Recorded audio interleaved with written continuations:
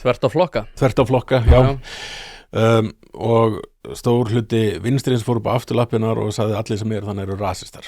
Það getur bara vel verið að eitthvað sem fólki sem skipulaði þetta sé rasistar og rasistar sé að róa í þessu. En ég held að þú kannski horfir á hópinn sem mætir hana, sérstaklega fyrstafundin. Allir þarf þess að fólk sé ekkert rasistar í neinum skilningi. Þetta fólk sem upplifir hraða breytingar á samfélaginu sínu. Breytingarna gera það óöruggt.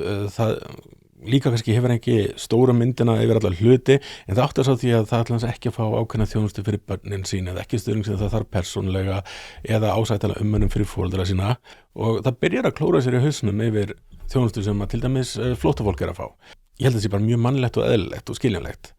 Mín afstakart flóttafólki er að við eigum að taka við okkar skerfa flóttafólki og við eigum að gera mjög vel við það, við eigum að veita því alls konar þjálfun og stuðning og hjálpa þeim að aðlaga samfélaginu og fólk er að koma frá átakasvæðum þannig að fólk er mjög traumatisera, það þarf að sálfræða hjálp, það er bara mikil, það er raun og veru mikil kostnaður, mikil vinna sem við þurfum að leggja í þetta og ætlum að gera þetta vel.